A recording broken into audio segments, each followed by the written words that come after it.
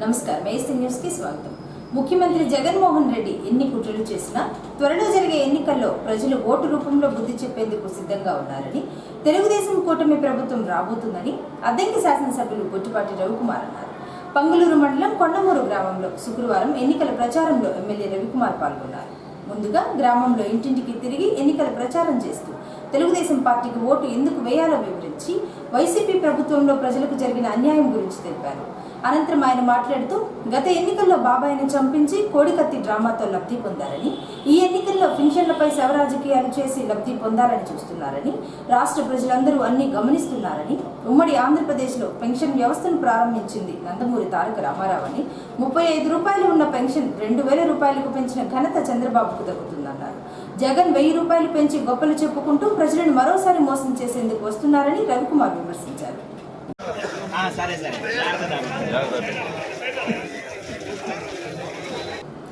కోరిసపాడు మండలం మేదరమెట్లలో చీటీపాటలు నిర్వహిస్తున్న వ్యక్తి 10 రోజుల నుంచి కనిపించకపోవడంతో మేదరమెట్ల పోలీసులను బాధితులు ఆశ్రయించారు.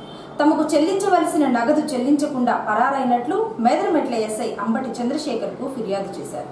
మేదరమెట్లకు చెందిన అడుసుమల్లి వెంకట నర్సయ్య కొన్ని సంవత్సరాల నుంచి చీటీపాట నిర్వహిస్తున్నారు. వివిధ రకాల చిట్టీలలో సుమారు 80 మందికి పైగా బాధితులు ఉన్నారు.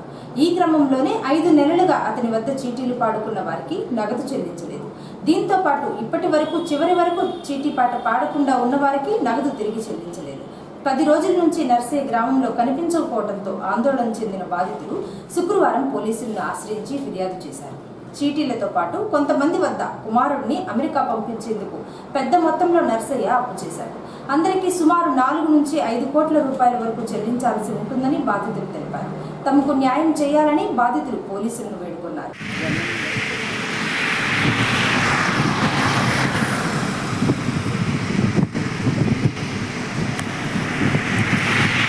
నా పేరు ఎడవల్లి ఆదిశేషయ్య. మేదరమెట్ల నర్సయ్య గారి దగ్గర చీటీ వేశాను. డబ్బు ఇవ్వాల్సి ఉంటుంది కూడా ఇదిగా ఇచ్చుకుంటూ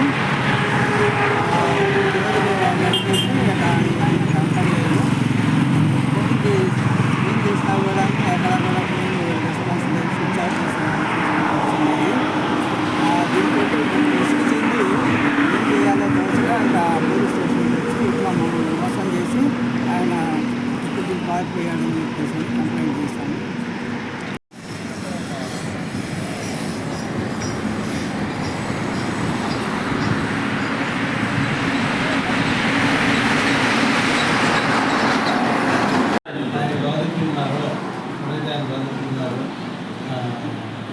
వాళ్ళంతా కలిపి ఒక రిపోర్ట్ రాసిందని చెప్పకుండా కేసు మే 13వ తేదీన జరిగే అసెంబ్లీ ఎన్నికల్లో ప్రతి ఒక్కరూ ఫ్యాన్ గుర్తుకు ఓటు వేసి తన అన్న హనుమిరెడ్డిని భారీ మెజారిటీతో గెలిపించి అసెంబ్లీకి పంపించాలని వైఎస్ఆర్సీపీ పార్టీ నాయకులు పానెం నరసింహారెడ్డి అన్నారు. అద్దంకి పట్టణంలోని 20వ వార్డులో శుక్రవారం ఎన్నికల ప్రచారంలో పాల్గొన్నారు. ముందుగా ఇంటింటికి తిరిగి ఎన్నికల ప్రచారం చేశారు. త్వరలో జరగనున్న అసెంబ్లీ ఎన్నికల్లో ప్రతి ఒక్కరూ వైసీపీకి ఓటు వేసి మరోసారి జగన్మోహన్ రెడ్డిని ముఖ్యమంత్రిగా చేసుకోవాలన్నారు.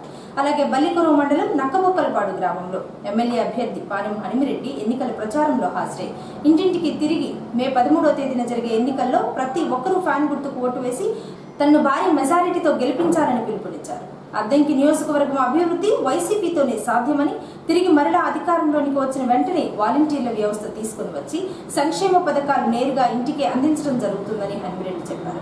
వైసీపీ పాలనలో అందరికీ సమన్యాయం జరుగుతుందని అందరికీ తెలిసిన విషయం అన్నారు.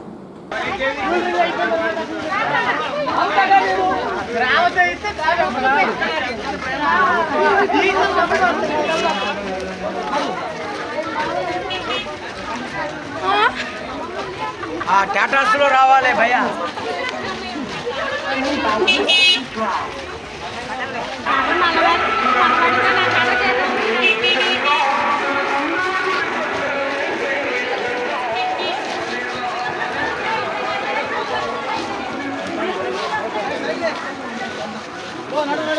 అట్లే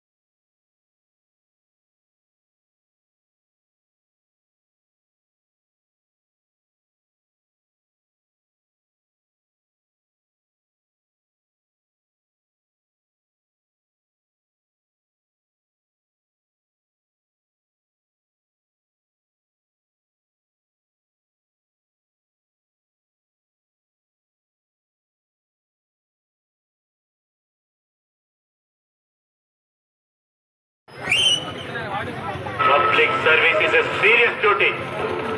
That to police service is a damn serious responsibility.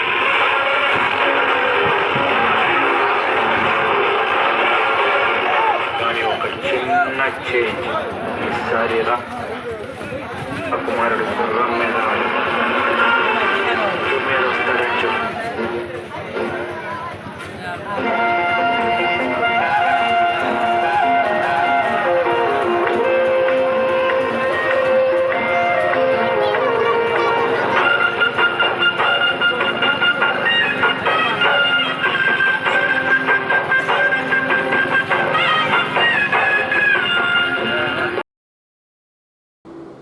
Addanki నియోజకవర్గం అభివృద్ధి, నిరుద్యోగ యువతకు ఉపాధి అవకాశాలు కల్పించేందుకు గాను త్వరలో జరగనున్న అసెంబ్లీ ఎన్నికల్లో తను ఇండిపెండెంట్ అభ్యర్థిగా పోటీ చేస్తున్నారని మందా శ్రీనివాసరావు తెలిపారు. శుక్రవారం అద్దెంకి పట్టణంలోని స్వతంత్ర అభ్యర్థి మందా శ్రీనివాసరావు వినూత్నంగా ఎన్నికలు ప్రచారం చేస్తూ ప్రత్యక్షమయ్యారు. మే 13వ తేదీన జరిగే అసెంబ్లీ ఎన్నికల్లో విజిల్ గుర్తుకు ఓటు వేసి తనను గెలిపించాలని కోరారు. అద్దెంకి నియోజకవర్గంలో ఉన్న సమస్యల పరిష్కారంలో తను కీలక పాత్ర పోషిస్తారని, దళితుడైన తను మే 13వ తేదీన జరిగే ఎన్నికల్లో పోటీ చేస్తున్నారని, అందరూ తనను ఆదరించాలని శ్రీనివాసరావు కోరారు. అద్దంకి నియోజక ప్రజలకు నా యొక్క నమస్కారాలు. నేను మందా శ్రీనివాసరావు. నేను స్వతంత్ర అభ్యర్థిగా నామినేషన్ వేశాను.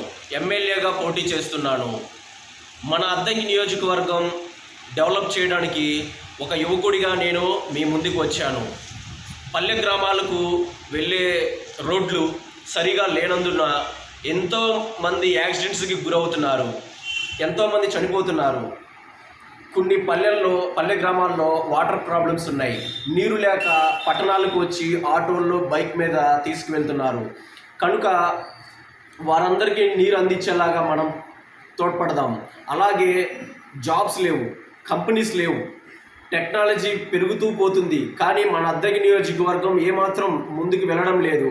కనుక యువతదే రాబోయే తరం, కనుక యువతదే భవిష్యత్తు. కనుక మనం ఈ యొక్క అద్దెంకి నియోజకవర్గాన్ని బాగుపరచుకోవాల్సిన బాధ్యత ప్రతి ఒక్కరి మీద ఉంది. నేను నామినేషన్ వేసినట్లు మీరందరూ కూడా యువతకు సపోర్ట్ చేయండి. నాకు ఓటు వేయండి. నాకు ఎన్నికల అధికారి ఇచ్చినటువంటి సింబల్ విజిల్ గుర్తు. కనుక మీరు విజిల్ గుర్తుకు ఓటేసి ఒక నిరుపేద దళితుడినైన నాకు ఓటు వేసి నన్ను గెలిపించండి. నేను ఖచ్చితంగా ప్రతి కుటుంబానికి న్యాయం జరిగిస్తాను. నేను స్వయంగా ప్రతి గ్రామానికి నేను వస్తాను. వారి గ్రామాల్లో ఎలాంటి పనులు జరగడం లేదో అవన్నీ నేను తెలుసుకొని వారి కోరికల మేరకు ఆ పనులు చేస్తాను. దయతో నన్ను దీవించి ఆశీర్వదించండి. నాకు ఓటు వేయండి. విజిల్ గుర్తుకి మన ఓటు.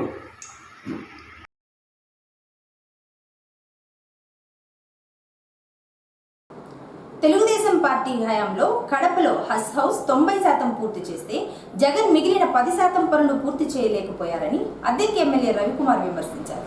బల్లికరో మండలం కొప్పరిపాడు గ్రామానికి చెందిన ముస్లింలు సుమారు 20 కుటుంబాల వారు వైఎస్ఆర్సీపీ పార్టీని వీడి శుక్రవారం ఎమ్మెల్యే రవికుమార్ సమక్షంలో తెలుగుదేశం పార్టీలోకి చేరారు. వీరందరినీ పార్టీ కండువా కప్పి పార్టీలోకి ఆహ్వానించారు. మరో 10 రోజుల్లో ఎన్నికలు జరగనున్నాయని, ప్రతి ఒక్కరూ విధ్వంస పాలనకు ముగింపు చేపట్టాలని, పార్టీలో చేరిన వారందరూ తన గెలుపు కోసం కృషి చేయాలన్నారు. తెలుగుదేశం పార్టీ అధికారంలోనికి వస్తేనే ముస్లింలకు సామాజిక న్యాయం జరుగుతుందన్నారు.